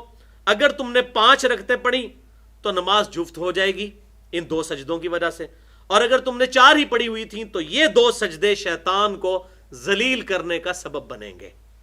تو یہ سجدہ صاحب بھی جو ہے یہ بھی ایک شیطانی وسوسوں کو کل کرنے کا ذریعہ ہے. تو سجدہ صاحب کے مینلی تو 2 طریقے ہیں جو بخاری اور مسلم میں آئے کہ پوری تشہد پڑھ کر سلام پھیرنے سے پہلے 2 سجدے کر لیے جائیں اور پھر 2 طرف سلام پھیر دیا جائے. دوسرا طریقہ یہ ہے کہ پوری تشہد پڑھ کر 2 طرف سلام پھیرا جائے اور اس کے بعد 2 سجدے کر لیے جائیں، پھر دوبارہ سلام پھیرنے کی ضرورت نہیں. اور ایک تیسرا طریقہ بھی صحیح مسلم میں آیا ہے کہ 2 سجدے کرنے کے بعد 2 سلام پھیرنے کے بعد دونوں طرف سلام پھیرا، پھر 2 سجدے کیے، پھر پورا تشہد پڑھا اور پھر 2 طرف سلام پھیرا. یہ بھی صحیح مسلم میں موجود ہے. تو یہ 3 طریقے تو سنت سے ثابت ہیں. اور چوتھا ایک اور طریقہ ہے جو تابعین سے ملتا ہے، آپ صلی اللہ علیہ وسلم سے صحیح سند سے ثابت نہیں ہے، لیکن چونکہ اس کی مخالفت نہیں ہے لہٰذا ہم اس پہ کوئی بدعت کا فتویٰ نہیں لگاتے. اور وہ یہ ہے کہ عبدہ و رسولہ تک پڑھ کر ایک طرف سلام پھیرا جائے اور پھر 2 سجدے کیے جائیں اور پھر پوری تشہد پڑھ کر 2 طرف سلام پھیرا جائے، جیسے کہ ہمارے حنفی بھائی کرتے ہیں. لیکن 2 نمبری وہ یہ کرتے ہیں کہ جہاں سے یہ بات لے رہے ہوتے ہیں اسی حدیث میں یہ بات سنن المصنف ابن ابی شیبہ میں موجود ہے، ابراہیم نخعی کا قول جو تابعی ہیں، کہ سجدہ سہو میں بھی 1 سلام ہے اور جنازے کی نماز میں بھی 1 سلام ہے. اب آدھی حدیث پہ تو عمل کرتے ہیں، جنازے میں 2 سلام پھیرتے ہیں، جبکہ وہ 2 سلام والی جو روایت سنن الکبریٰ البیہقی میں ہے اس میں حماد بن ابی سلیمان مدلس ہے اور ان سے روایت کر رہے ہیں اور سما کی تصریح کوئی نہیں ہے. اسی کتاب میں سنن الکبریٰ البیہقی میں، مصنف عبد الرزاق میں، باقی کتابوں میں آپ صلی اللہ علیہ وسلم سے صحیح سند سے ثابت ہے کہ آپ صلی اللہ علیہ وسلم نماز جنازہ میں صرف دائیں طرف ایک طرف سلام پھیرا کرتے تھے. یہی سنت ہے. تو وہ آدھی روایت تو لے لیتے ہیں سجدہ صاحب میں ایک طرف سلام والی، تو پھر نماز میں بھی ایک طرف سلام. جب ہم نے یہاں جنازہ پڑھایا تو سیکھ پا ہو گئے، تو ان کو کہا بھائی حوالہ لینا ہے تو اپنے بابوں سے جا کے لو کہ سجدہ صاحب کا جو حوالہ ہے وہی ہمارا حوالہ ہے. اب یہ وہی بات ہے علماء یہود والی، افتؤمنون ببعض الکتاب وتکفرون ببعض، کتاب کے کچھ حصے کو مان لیتے ہو کچھ کو چھوڑتے ہو. بھائی اسی ایک حدیث میں لکھا ہے سجدہ صاحب میں بھی 1 سلام اور جنازے میں بھی 1 سلام. تو سجدہ صاحب کا ایک ہی سلام ہوا، یعنی وہ جو ایک طرف سلام پھیرا اور پھر 2 سجدے کیے، وہ 2 سجدوں کے لیے 1 سلام پھیرا. اس کے بعد جو آخر میں 2 سجدے ہوتے ہیں وہ تو نماز مکمل کرنے کے لیے ہوتے ہیں. تو بہرحال یہ چاروں طریقے میں نے سجدہ صاحب کے بتا دیے تاکہ کسی کو کوئی امبیگوٹی نہ رہے. پہلے 3 طریقے تو بخاری اور مسلم سے ثابت ہے اور چوتھا طریقہ مصنف ابن ابی شیبہ میں کچھ تابعین سے ثابت ہے. یہ اکثر لوگ پوچھتے تھے، یہ مسئلہ بھی کلیئر ہو گیا. یہاں پر صحیح مسلم کی اس حدیث کو بھی یاد کر لیں، 244 نمبر، کہ آپ صلی اللہ علیہ وسلم نے ارشاد فرمایا انسان جب سجدہ کرتا ہے تو شیطان الگ ہو کر زار و قطار چیخو پکار کرتا ہے اور روتا ہے اور کہتا ہے ہائے افسوس، مجھے سجدے کا حکم ہوا اور میں نے سجدہ نہیں کیا اور میرا مقام ٹھہرا دوزخ، اور ابن آدم کو حکم ہوا اس نے اللہ کی اطاعت کی اور سجدہ کیا اور یہ جنت کا مستحق ہو جائے گا. تو شیطان جو ہے وہ روتا ہے. نماز پڑھنے والے سے شیطان بھی ڈرتا ہے. آپ دیکھتے ہیں اس کا بس نہیں نہ چل رہا تبھی تو رو رہا ہے، ورنہ تو انہوں گاٹے تو آگے پھاڑ لوے. یہ جو میں کہہ رہا تھا قرآن جو کہتا ہے کہ شیطان کا کوئی ٹینجیبل زور کوئی نہیں ہے، زور ہو تو پھر روئے، روتا تو وہی ہے جس کا زور نہیں چلتا. اسی لیے تو بیویاں روتی ہیں، ان کا زور چلے تو 2 منٹ میں طلاق دے کے فارغ کریں یا مارنا شروع کر دیں خاوند کو، تو رونے والے لوگ وہی ہوتے ہیں بیچارے جن کا زور نہیں چلتا۔ 14ویں حدیث سنن نبی داؤد میں انٹرنیشنل نمبر کے مطابق 5077 نمبر، کہ آپ صلی اللہ علیہ وسلم نے ارشاد فرمایا جو شخص یہ کلمات ایک دفعہ بھی پڑھ لے صبح کے وقت تو شام تک شیطان کے مقابلے میں اللہ کے قلعے میں آ جائے گا، وہ صرف ایک دفعہ پڑھنے سے، اور اسے اللہ تعالیٰ ایک غلام آزاد کرنے کا ثواب دے گا، اور اللہ تعالیٰ اسے 10 نیکیاں دے گا، 10 اس کے گناہ معاف کرے گا، 10 درجات بلند کرے گا۔ یار اتنا بڑا ثواب اور اتنا بڑا وعدہ، اور اگر شام کو پڑھ لے گا صبح تک اللہ تعالیٰ کے قلعے میں آ جائے گا۔ اور پڑھنا کیا ہے؟ صرف ایک دفعہ، لا الہ الا اللہ وحدہ لا شریک لہ لہ الملک ولہ الحمد وہو علی کل شیء قدیر۔ اور صحیح مسلم میں ہے کہ 10 دفعہ جو پڑھتا ہے اس کو 10 غلام آزاد کرنے کا ثواب ملتا ہے۔ اس لیے ہم نے اذکار والے کارڈ میں صحیح مسلم کا حوالہ بھی دیا ہوا ہے، انٹرنیشنل نمبر کے مطابق 6844، تو مسلم میں 10 دفعہ کا بھی ذکر ہے۔ بہرحال ایک دفعہ پڑھنے سے بھی یہ فضیلت۔ اب اس کے ساتھ مزے کی بات جو سنن نبی داؤد میں لکھی ہوئی ہے، وجد امیز۔ وہ تابعی کہتے ہیں کہ جب میں نے یہ حدیث سنی ابی عیاش رضی اللہ تعالیٰ عنہ سے، تو میرا دل بڑا کھٹکا کہ یار یہ اتنا چھوٹا سا وظیفہ اور اتنی بڑی فضیلت۔ تو کہتے ہیں ایک رات میں اسی غم میں سویا تو نبی صلی اللہ علیہ وسلم کی زیارت ہو گئی۔ امام ابو داؤد قربان جاؤں، انہوں نے حدیث کے ساتھ اس تابعی کا خواب لکھ دیا۔ یہ میں نے وہ جو خوابوں پہ لیکچر دیا اس میں بھی یہ خواب بتایا ہے، مسئلہ نمبر 6B میں، جس میں میں نے نبی صلی اللہ علیہ وسلم کو خواب میں قیامت تک کے لیے دیکھا جا سکتا ہے، لیکن اس کی کچھ شرائط ہیں۔ یہ نہیں ہے جس طرح آج کل مولوی دیکھتے پھر رہے ہیں، اپنی مرضی سے خواب بیان کر رہے ہیں، وہ نہیں، جو واقعی صحیح آپ صلی اللہ علیہ وسلم کو دیکھا جائے گا۔ تو وہ تابعی کہتے ہیں میں نے آپ صلی اللہ علیہ وسلم کی خواب میں زیارت کی، تو دیکھیں ہم نے زیارت کی ہوتی تو کہتے ہیں یا رسول اللہ دعا کرو، اے ہو جائے میری نوکری لگ جائے، یہ ہو جائے وہ ہو جائے۔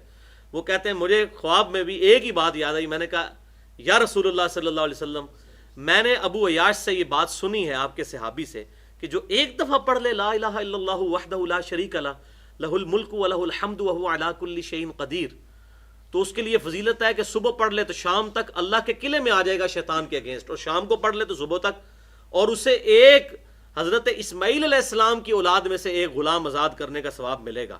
اتنا بڑا ثواب! آپ کو پتا ہے نا جب روزہ توڑ دیا جائے تو یا تو ہے کہ 60 روزے رکھے جائیں، 60 مسکینوں کو کھانا، یا ایک غلام آزاد کرنا، تو اس کا ثواب آپ دیکھیں کس کے برابر ہے، 60 روزوں کے برابر، تو اتنا بڑا ثواب ملے گا۔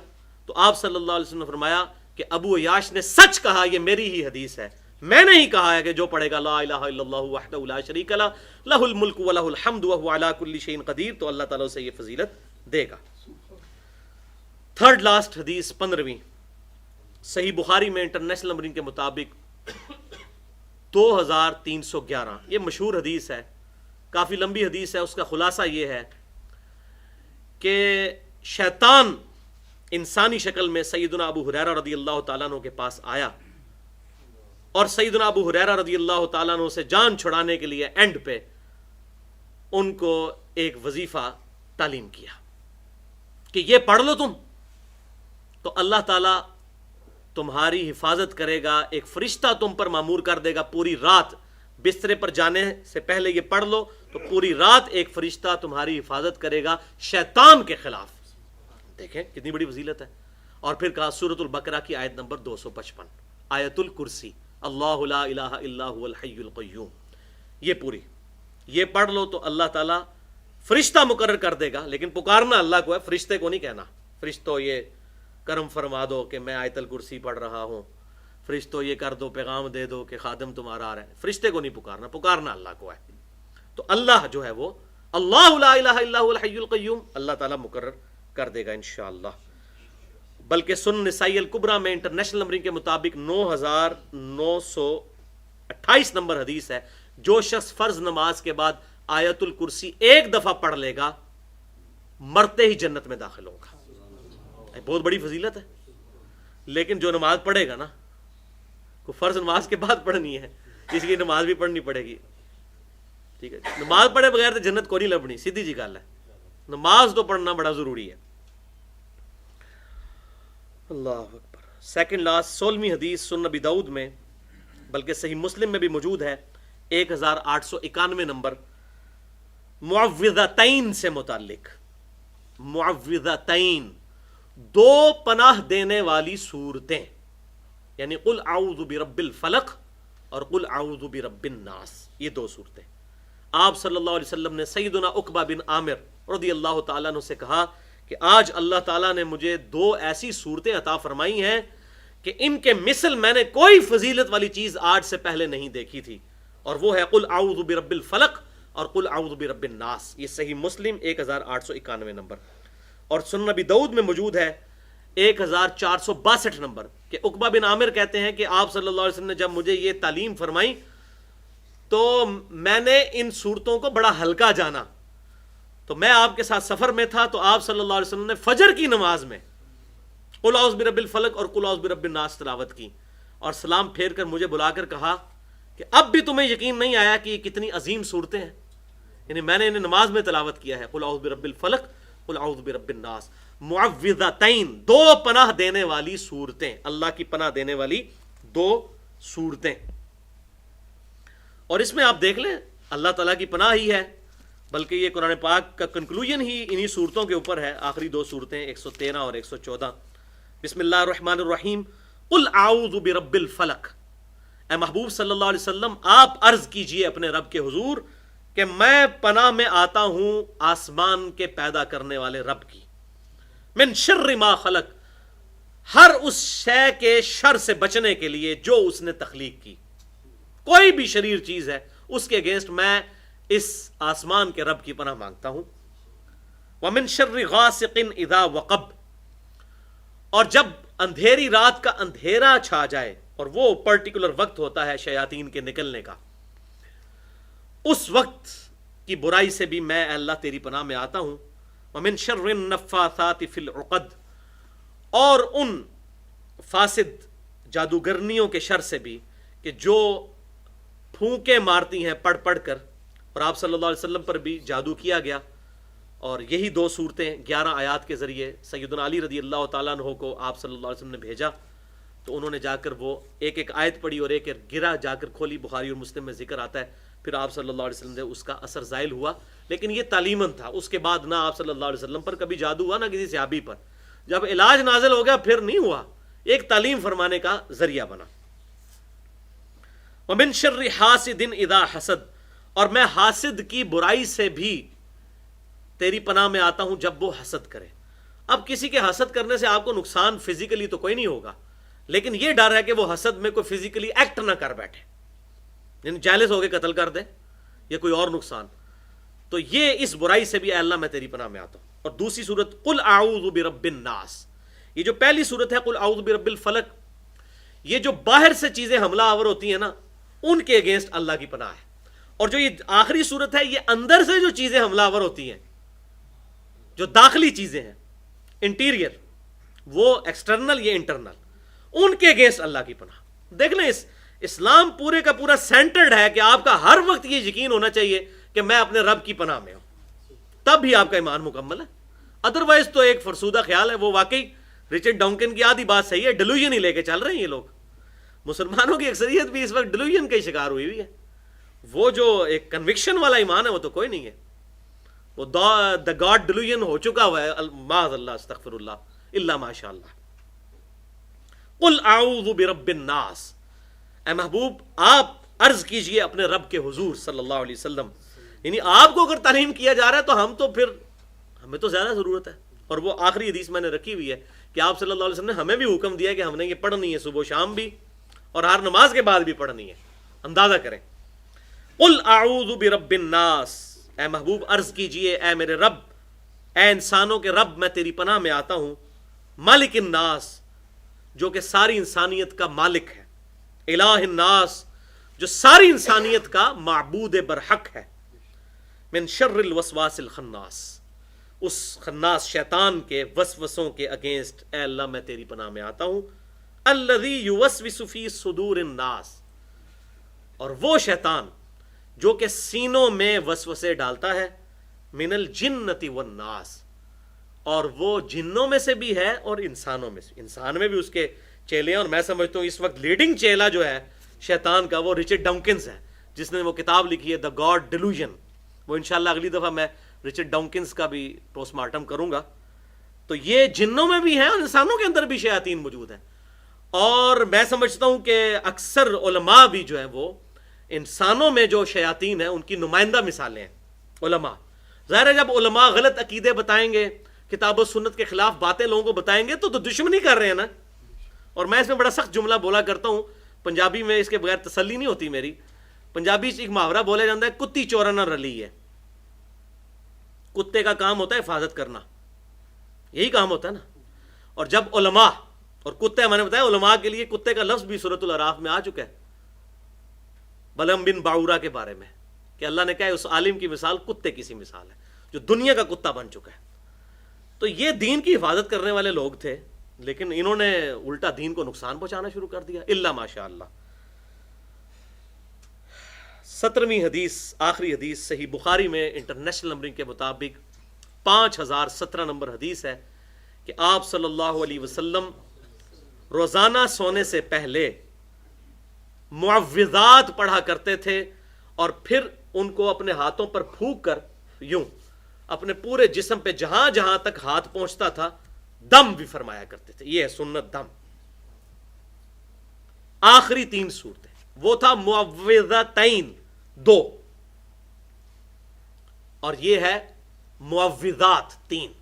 تو 2 تو وہی ہیں اور ایک تیسری ہے قل هو اللہ احد اللہ الصمد لم یلد ولم یولد ولم یکن لہ کفوا احد. توحید کا آپ سمجھ لیں ٹچ سٹون, اللہ پر یقین کا ٹچ سٹون, سورہ اخلاص. سورہ اخلاص, سورۃ الفلق اور سورہ الناس, یہ 3 ہیں معوذات. آپ صلی اللہ علیہ وسلم دم کیا کرتے. اور جامعہ ترمذی میں انٹرنیشنل نمبرنگ کے مطابق 3575 اور سنن نبی داؤد میں 5082 نمبر حدیث ہے کہ آپ صلی اللہ علیہ وسلم صحابہ اکرام کو یہ تلقین فرمایا کرتے تھے کہ صبح کے وقت 3 دفعہ معوذات پڑھ لیا کرو اور شام کو 3 دفعہ معوذات پڑھ لیا کرو. یعنی آخری 3 صورتیں صبح اور شام, اور ہم نے وہ بلو کارڈ میں بھی یہ ڈالی ہوئی ہیں. جب یہ پڑھ لو گے تو اللہ تعالی کے حضور تمہارے لیے یہ 3 صورتیں ہر چیز سے کفایت کر جائیں گی. یعنی شیاطین کے اگینسٹ, جنات کے اگینسٹ, جادو کے اگینسٹ, ٹونے کے اگینسٹ, ہر چیز کے اگینسٹ. ظاہر ہے یہ ان کا نام ہی آپ دیکھیں کتنا زبردست ہے, معوذات, 3 پناہ دینے والی صورتیں. یہ ترجمہ بنتا ہے. کس کی پناہ؟ اللہ کی, اللہ سے مانگی ہوئی ہے. اور سنن نبی داؤد میں انٹرنیشنل نمبرنگ کے مطابق 1523 اور جامعہ ترمذی میں 2903 نمبر حدیث ہے کہ آپ صلی اللہ علیہ وسلم صحابہ اکرام کو حکم فرمایا کرتے تھے کہ ہر نماز کے بعد 1 دفعہ معوذات کی تلاوت کی جائے. یہ ہمارے وہ گرین کارڈ میں موجود ہے. فرض نماز کے بعد کے اذکار, ہر نماز کے بعد بھی, صبح شام بھی 3 دفعہ اور ہر نماز کے بعد بھی. تو لہٰذا یہ اپنی روٹین بنائیں. اللہ اکبر, استغفر اللہ, استغفر اللہ, استغفر اللہ پڑھنے کے بعد اللہم انت السلام منک السلام تبارک یا ذا الجلال والاکرام, اس کے بعد آیت الکرسی, اور پھر یہ 3 صورتیں پڑھ لیا کریں تاکہ قرآنی وظیفے اکٹھے ہو جائیں. آیت الکرسی, قل هو اللہ احد, قل اعوذ برب الفلق, قل اعوذ برب الناس, تاکہ یہ کبھی نہ چھوٹیں. ویسے یہ جتنے سنت اذکار ہیں ضروری نہیں ہے کہ آپ نے ہر نماز کے بعد سارے ہی پڑھنے ہیں, لیکن کچھ وظیفے ایسے ہیں جو پرٹیکولر ضرور پڑھا کریں, ان میں یہ وظیفے ہیں. سارے پڑھیں تو بہت اچھا ہے, لیکن چند ایک وظیفے جو ہیں وہ تو پرٹیکولر آیت الکرسی اور معوذات, ان کو اپنی زندگی میں ہم لازم کریں. اللہ تعالیٰ سے دعا ہے جو حق بات میں نے کہی اللہ تعالیٰ ہمارے دلوں میں راسخ فرمائے. انشاءاللہ اگلی دفعہ اس کی کنٹینیوشن ہوگی. باقی جو ماڈرن ایج کے وسوسے ہیں انشاءاللہ ان کو سیٹل کریں گے. اور اگر آج میرے منہ سے جذبات میں کوئی غلط بات نکل گئی تو اللہ تعالیٰ ہمارے دلوں سے محو کر دے. سبحانک اللہم و بحمدک, اشہد ان لا الہ الا انت, استغفرک و اتوب الیک, وما علینا الا البلاغ المبین.